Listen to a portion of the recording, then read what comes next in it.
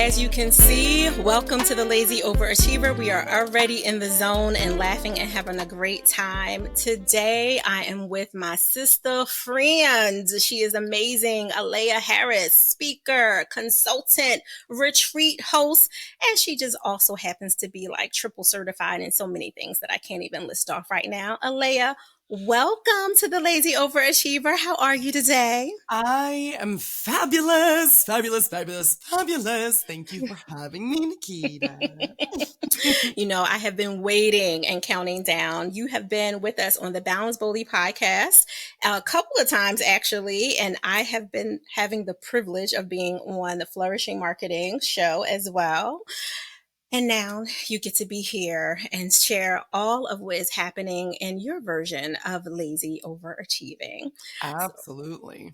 Yeah, Absolutely. I want you to talk first and foremost about how you, as a very beautiful wife and mother and just potent human altogether, you are my definition of brilliant beauty, Oh, period. thank you.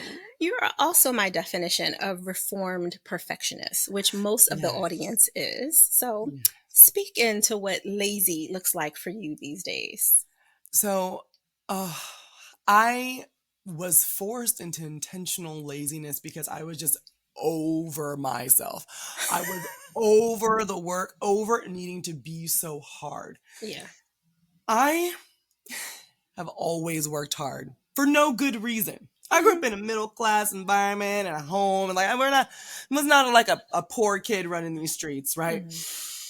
But when I was in a freshman year of college, right during the summer, right after my freshman year, I worked 2 jobs. I had an internship and I also worked at the body shop. Why? Did I need the money? No.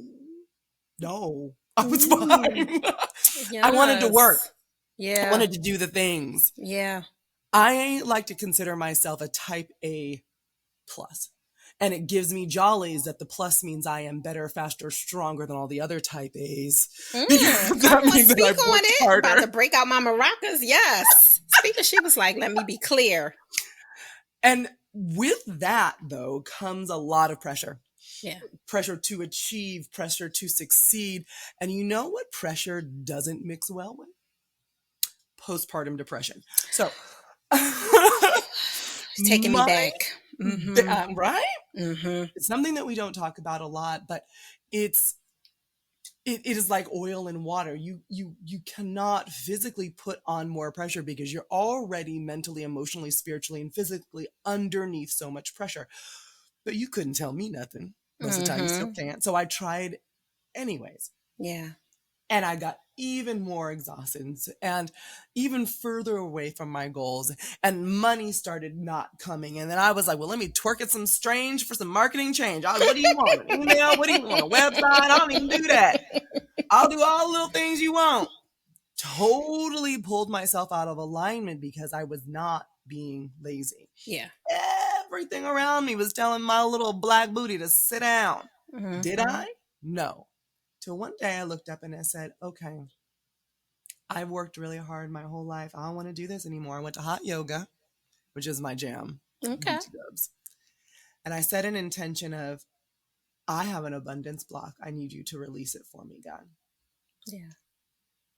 I went to my little hot yoga, swim my little butt off. And at the end, you lay in what's called savasana, which is basically laying down on your back with your hands down to your side. And I heard this voice say, turn it in. And I'm like, turn it in. And all of a sudden, I got this image of a bank, one of those old school banks with marble and like the long rows of tellers. And so I said, okay, there's no reason why I have to operate my energy from a physical perspective. Mm-hmm. So if I want to build up muscle, I got to go to the gym, work hard, build up muscle. If I want to build up abundance, I do not have to work hard. It's actually not a requirement. Right. In spirit, it's just as easy to make $1 as it is $1 million. Mm-hmm. It is our perspective that makes it seem like we have to work harder for $1 million. And I said, you know what? If I'm really being honest with myself, if I'm really committed to this, I no longer want to work hard. So I turned it in. I took all of the work I have done, the work that I was working 2 jobs for no reason, the work that I've, those 20-hour days, 9 days a week, all of that work that I've ever done for anything. And I envision myself holding it in a little bag. It was a kind of a janky paper bag, I'm not gonna lie. Like, That's it'd all been through right. some things. And I placed it on the counter for the spirit worker that was behind it. And I said, I'd like to turn this in, please, for an endless flow of abundance that comes with grace and ease. I'm no longer working hard. I've done it all already. So now when I think of, well, I got to work hard for this or I got to work hard for that. No. I already did the work. Yes. And so I turned it in and I just saw the exchange of mountains of cash. And that just kept coming. It was like I would take out $1,000 bill, another $1,000 bill kept coming in my hands. I said, that's the experience that I want with ease. I kid you not. The next day I booked the highest paid speaking engagement I've ever booked in my life. Come And then on. another one found me randomly at Google. And then another client decided that they wanted to re-up their contract. And then somebody else said, you're the only one that we want for this job. I heard about you from so-and-so. Because I had turned it in. And so now I'd like to say I'm a recovering A plus, type A plus. Because it is so much better this way. Ooh, it's so sexy to be lazy. My Yes. goodness. The ease with which things come make them feel even sweeter and make me feel more valued and valuable because I am now being found Yes. rather than trying to work and to say, no, I'm good enough. No, I'm smart enough. You will see me if I just work hard enough. I don't have to do that as much. Now I still slip into it. I'm like, nah, I'm going to pound my way through this. But I stop. And I'm like, nope. And then I ask, well, what's the one thing that I actually need? I mean, because I can't just sit on my butt. Like, No, I still absolutely not. interact with the world, right? Well, what's the one thing that I need to do to make this all easy? Oh, I just need to send this one email. I don't need to clear my inbox right now. And I do that in literally, I've done that with one email. Say, oh, thank you so much for getting back to me. Yeah, actually your contract is signed. I just signed it and we're going to move forward and here's the invoice and it's paid. Listen, that is what I'm talking about. I relate to your story of the visualization exercise, going into the bank and turning in all of the trauma, the drama, the heaviness, the unnecessariness, the normal you thought was necessary, but it wasn't, because when you looked real deep, you realized you were never meant to be normal. Like all of it in that brown paper bag. I relate to all of it because ease and flow is where I have the most control. It's where I live. Now, does that mean that shit, which is tsunamis and storms and hurricanes and everything else, it's literally an acronym for shit, does it mean that that is not actually happening to us? No, we are humans and life is lifing. But what I can control is the ease and flow that you're talking about. Like, I can send an email. I can do that one critical thing that I need to do in the business. And because I'm ambitious without apology and not codependent on the ambition, I know that there are going to be days when you're like, whoa, I got 3 team meetings, 2 interviews, and, 4 sessions. And you were coming from a beautiful energy session with your clients right before this, right? Like, some days are going to be full of all the right things, all the things you prayed for, all the things you requested, but you will not feel busy. And that's a big difference. Well, you feel fulfilled. Today was a full Yes. day. I loved it. I loved the client session. I was excited to come and talk to you today, right? Amen. It's people, I think, also confuse lazy with stationary, Yes. sedentary. Mm-hmm. That's not how the world works, boo. Lazy is, for me, the way I translate it, is trusting, is flow. About to throw something through this screen. Yes. Can you trust enough to not say, I'll take it from here, spirit. Let me control this for you, because what, spirit's inept all of a sudden and you know what you're doing so badly? Come on. You know that that's not true. You know that is not true. It's fear that lets us feel like we have a semblance of control. Yes. When really we're making the decisions and doing the things that we have no business doing. And that actually, like in my case, get us further away from where we're trying to go. Because when you're operating in fear, it buzzes. Fear buzzes your head around. And your ears are not open to hearing what you need to see. And your eyes are blurry. And I can only focus what's right in front of my face, the thing that I put there, as opposed to taking a step back, looking around, settling into the trust and the flow, and lazily sending that one email. Come on. Listen. All day long. And I know you haven't heard it yet because at the time of this recording, we haven't released the overall show for the Lazy Overachiever, but obviously you guys watching it, you will see it. The outro is rebel against the rush and embrace a little bit more of your lazy as you trust more and work less. Like trust your inner brilliance more, to be specifically, and work less.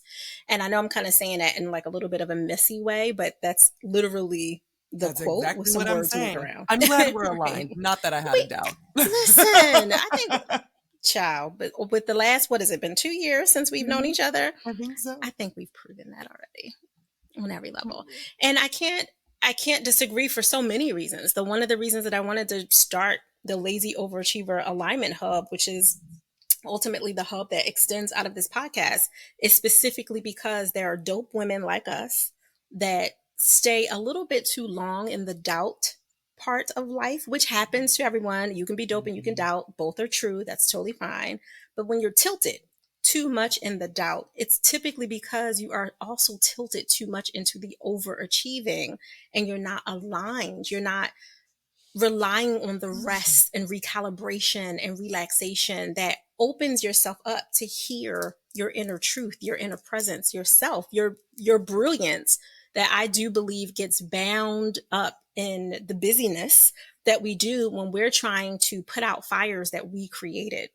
And when you think about that, when you think about how many partnerships you accepted because you needed to plug a space and it sounded like it came at the perfect time, but that person wasn't worthy of your energy, or that company, or that community, or whatever it was. And so many people want to pay you an exposure where, yes, there is a time to do something for your people, knowing that it's an energy exchange that might not have actual greenbacks involved. And that is okay.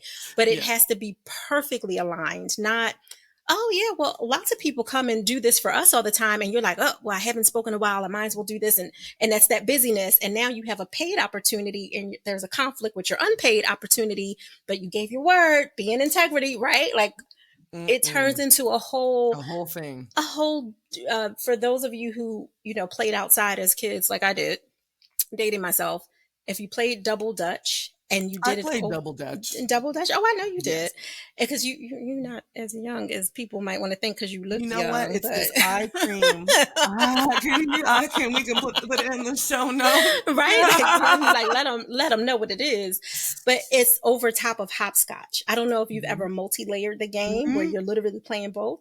And when you have overachiever from birth. Oh yeah, absolutely. But when you have multiple people jumping in and do it, it can get noisy and loud, and that's attractive at first. There's something fun about seeing the people down the street playing this layered game.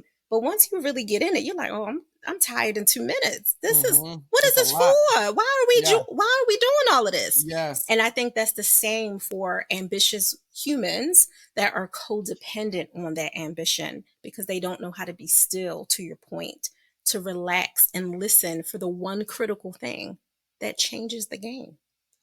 A lot of ambitious people tie our worth to action. Come on. If I'm not in movement, who am I? Then there's, okay, I heard on this podcast I was supposed to sit down, so I'm going to sit down. I don't like how I feel. There's sadness, there's grief, there's anger. A lot of people, including me in the past, use busyness as escape. It's a way to disassociate. Yes. So I want you to ask yourself, why are you so busy? Right. Yeah. Okay, yeah, you told yourself it's for your family and your generational. Yeah. what's the real reason you're so busy? Mm-hmm. Because you see examples all day, every day of people who it comes effortlessly to, and you've told yourself that, oh, that can't be me because some dumb excuse. And I'm being flippant because I tell myself this all the time. Mm-hmm. What's the real reason you can't just sit down right now? Yeah. And it's most likely because you're scared. Yeah. The best thing that you can do is say, I am scared. I am terrified that if I don't push, if I don't drive, if I don't work really hard, it won't happen. And then what? Then who am I? Then where am I? Then what do I have? What is my worth? What is my value? No one will love me. Come on. And if that's how you really feel, admit it, because you're in really good company. Yeah. There's a lot of people out there that feel that way, but you don't have to stay that way. Laziness can be terrifying. Terrifying. Because when you sit down, there's only you there, and you got to deal with the you. Come on. So instead of saying, oh, I'm just going to go be lazy right now, know that it's scary. And so what are you going to do about it? How are you going to gently, with compassion and grace and love, treat yourself with kindness, knowing that I know that I'm going to sit down and try to be lazy and all this stuff is going to come up for me. So what can I do when that comes up? How can I love myself through this process? Because I also know simultaneously that if I keep going at this pace, something's going to break. Right. And that's real. That's what happened with me. I have an autoimmune disease. And when I work myself, I can barely walk. My joints inflame, and it's like, I probably shouldn't have pushed myself so hard on that one. I have a physical representation of what happens when my perfectionist persona, by the way, is named Jessica Beautiful Unicorn Rabbit, in case you're wondering. That is so funny. So when Jessica Beautiful Unicorn Rabbit takes over, shit hurts, right? And so then I have to ask myself, well, why did I give away the keys to my kingdom, my queendom? We are all the energetic sovereigns, the energetic rulers of our own king and queendoms. And we can decide the shape of them, the pace of them, the output of them, the longevity of them when we're in the ruler's seat. But because the ruler's seat feels scary, there's introspection that it takes, there's awareness that it takes, there's grace that it takes to be in that seat. So we give it up often to perfection, to drive, to fear. Why? What just scared you? For me, it's, well, the bank account balance doesn't look like I want. That client canceled, right? So-and-so left me a bad review. And then it activates. And I leave the seat and I say, well, somebody else, Jessica Unicorn, Beautiful Rabbit, or fear or doubt, they probably know what they're doing better than I do. Yeah, so I'm going to give up my energetic sovereignty. As opposed to saying that I'm in this seat for a reason. I am truly the only one who knows how I want to create my king or queendom. That's right. And so if you want to be intentionally lazy, you need to give yourself the structure that will keep you in the seat, keep you in the ruler's seat of your own king or queendom. Because if not, you'll be constantly giving up and giving away your power. And that in and of itself is exhausting. On every level. And you're already exhausted, which is why you won't allow yourself to sit down, right? That everything you said is a yes, yes. And yes, on so many levels. It's one, I'm verbal, and it's very few times that I'm lost for words. I think this is the second time you did that to me. My bad. Recorded, probably more offline, but the second time recorded. I love it. I'm here for it all day. And I agree wholeheartedly with the way you painted that picture. I am a little offended that your perfectionist name has rabbit at the end because I'm Bunny, right? Like you know that. I'm sorry. It was literally from Jessica Rabbit as a kid, and then I felt like it needed an up level with the unicorn and the beautiful, and there we are. I don't know, y'all. I think she know personally that's my nickname at home, and I think she was not coming for you. And my little 6 or whatever year old self is not coming for you either. I'm like, I heard that though, Aleya. I heard it. just so we're clear. I just want you to know that I see you. I'm glad. I'm sorry. But everything you said resonated with me, and it did make me want to ask you, what are you doing for yourself when you give yourself permission to be lazy and give yourself, as we say on the BBP, permission to pause, but that's specifically intentionally selfish for you? Because you are a wife and you are a mom and you wear so many hats, especially when you're in your zone of genius, because they come up, and we were talking in the green room about it showing up in different modes for whatever is called upon by the people you are serving at that time.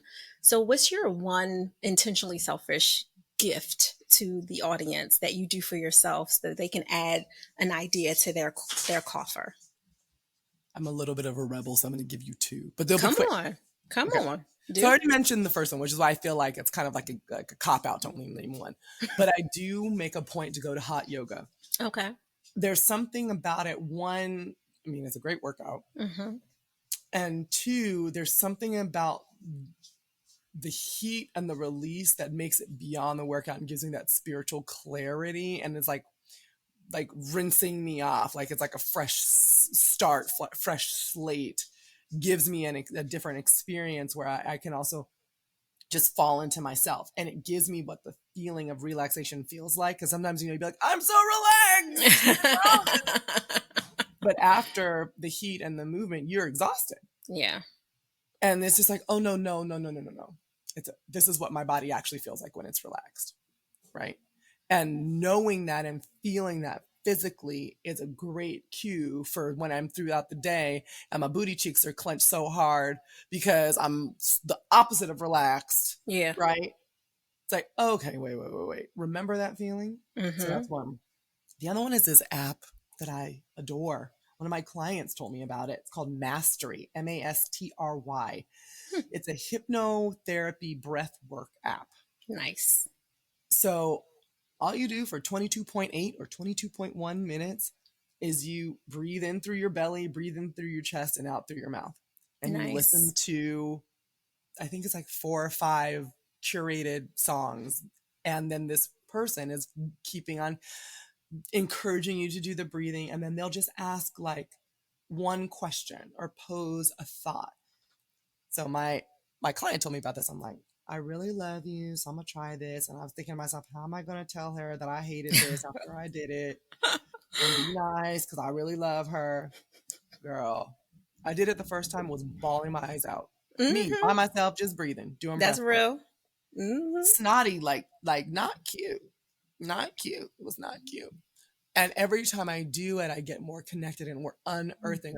I love excavation because there's so much put onto us intentionally and unintentionally that we carry around that shapes our worldview into even a greater illusion than it already is. Yeah. So the more that we can excavate, the more we can get into the truth, and the better we can remove ourselves from living in that fear state. So those are the two things that I do. I carve out time for my little class, and I carve out time for my Mastery app. I love it because, I'm hashtag for intentionally selfish behavior all day long. And I love that you're taking that time to use it in the way that I mean it. For me, selfish is that personal, intimate gift to create joy your way. And that's what you're doing. This is your spaciousness to do what you need to do for yourself. Like, yes, the baby might need whatever, cuddles and hugs and kisses. Papa got that. Papa got it. The nanny got that. Like somebody got that. For that 22.1 minutes that you need on the app, or whatever the amount of time for hot yoga, to and from travel, all of it. And the fact that you are creating that spaciousness for yourself allows you to be so full when you get home and you see her face and you see his face and your siblings and your parents and all the other people that you get to love on, really truly get your fullness versus resentment because you're at the level of exhaustion and you don't have anything to give. Absolutely. I also was there. So I know like, experiencing the full spectrum of emotion. I prefer this end of the spectrum. That part. The selfish, lazy end. Listen, Aleya, that's why I talk about it. I was the first partaker. I know what it looks like to want to do all the things and be doing all the things, but so much of it is not really for you. It's for people who sometimes don't even appreciate it because they're so entitled and expect you to do it because you've trained them for you to do all the things that they could also be doing for you, with you, for themselves. And it turns into a whole cycle of restraining yourself from telling them what you really need to tell them because you're Mm-hmm. afraid that you won't have purpose Mm-hmm. in their Mm-hmm. life anymore. And there's just so many layers to that, which is probably a whole nother episode. That's another episode. You know what I'm We could get saying? into that because that Girl, is some real conversation right there. all day long. So I do want to ask you before we wrap up and you get back to baby girl, because I know the nanny is probably minutes from the house and bringing her Yes. back to you. How are you making room for your own fulfilling intimate relationships? It's very interesting because I wasn't. And Mm-hmm. I didn't realize that I wasn't. The most important intimate relationship I have is with my husband. Because when we're off, everything off.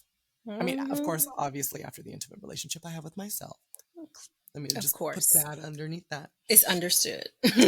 Last weekend we went to a wedding in San Antonio, and it was just us two for 2 nights.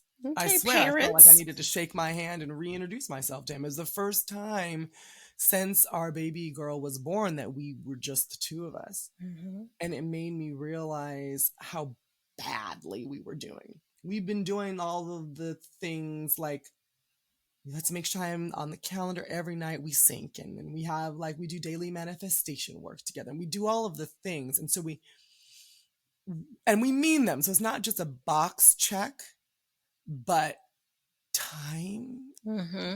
is the most important thing. So now we're committed to, okay, we got mommies, we got aunties, we got nannies.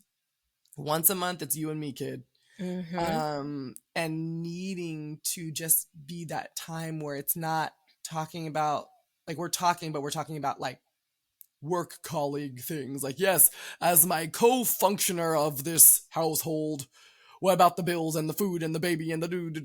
Yeah. The business. The Mm-hmm. business of running a household. We're just Mm-hmm. talking about did you see that funny meme? Or I love you. Or look at that little way your hair, little curls. Oh my God, you're so cute. Whatever it is, Mm-hmm. that stuff. And it's very important. And I was lying to myself thinking that we were getting it, and we Yeah. weren't. Yeah, So because that's how I would answer it, saying I'm not great at it yet.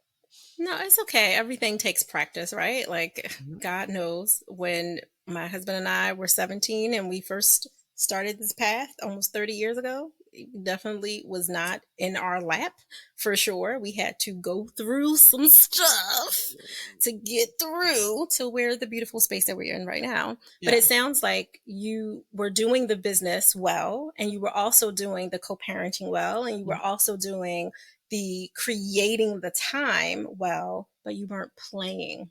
And now you're starting Exactly. to play again. And play Exactly. is so important. It is so important. And you know what?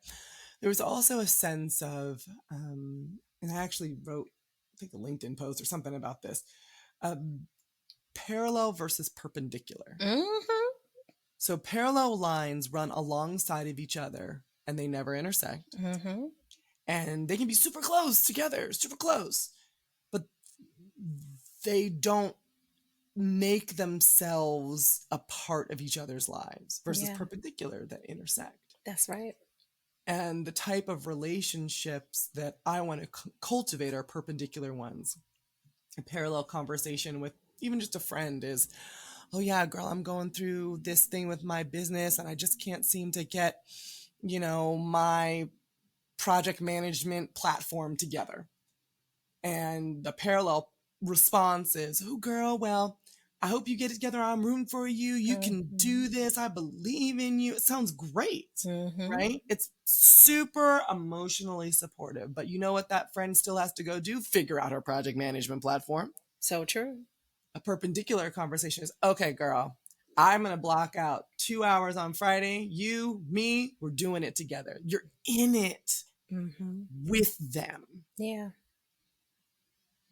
That is what I want to cultivate more effectively in all of my important relationships, not just the one Yeah. with my husband, but that is the most important one.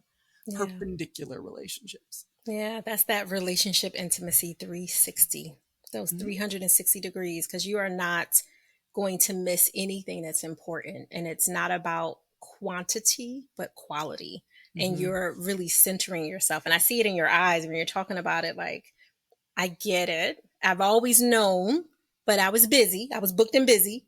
And now I'm in a space where I get to create the spaciousness that I want, to control the ease and the flow, the parts that the small part of life that you have control over. So you can infuse those perpendicular relationships with the integrity of who you are, because you're Right. already a dope queen and you know Oh, that. thank you.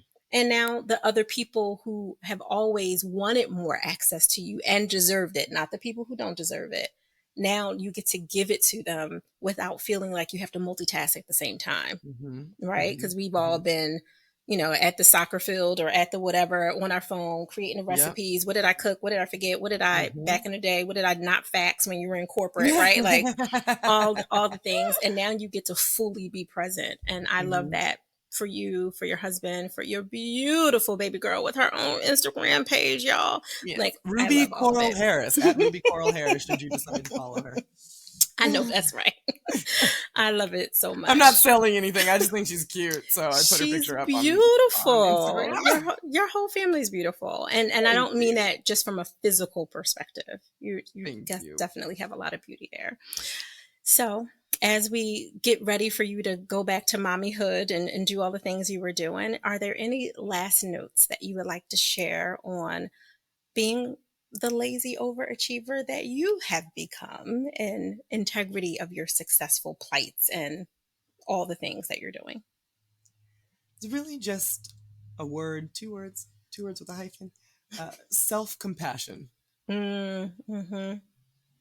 Often we're not overachievers running roughshod over everybody. We're usually so committed to our purpose and our vision that we're running to get it. Racing to get it, racing closer to the goal. Oh, I didn't get that award. I didn't get this thing. Oh, I didn't run fast enough, farther enough. So-and-so's beating me in this race of life. Is that how we're looking at this? No. The more compassionate I am with myself, the more I realize life's greater truths. The more I get to live in them, the more I get to be lazy. Kindness, the same kindness that I give to my daughter is the kindness that I strive to give to myself. So being lazy will involve lots of self-compassion. Telling yourself things like, baby girl, it's okay. You got this. You did it. Look at you. Rest now. It's okay. Yeah. And those types of kind conversations with yourself, turning your inner dialogue into something that sounds more like that, is much more supportive than anything else that you could say on your way to being intentionally lazy. 2 snaps and ice cream pops, all of it. Like I'm here for it. I want some ice cream. You listen, it's because we were really talking about, guys, it's like 100 degrees right now. So that part. Where can people find you? Because you got a lot of great stuff happening between your multiple businesses these days. Where's the best place for people to go to get more Aleya Harris? Best place for people to go is aleyaharris.com. It's intentionally crafted that way. So you're like, I don't know what I want, but I want more Aleya. We can do that. I know that's right.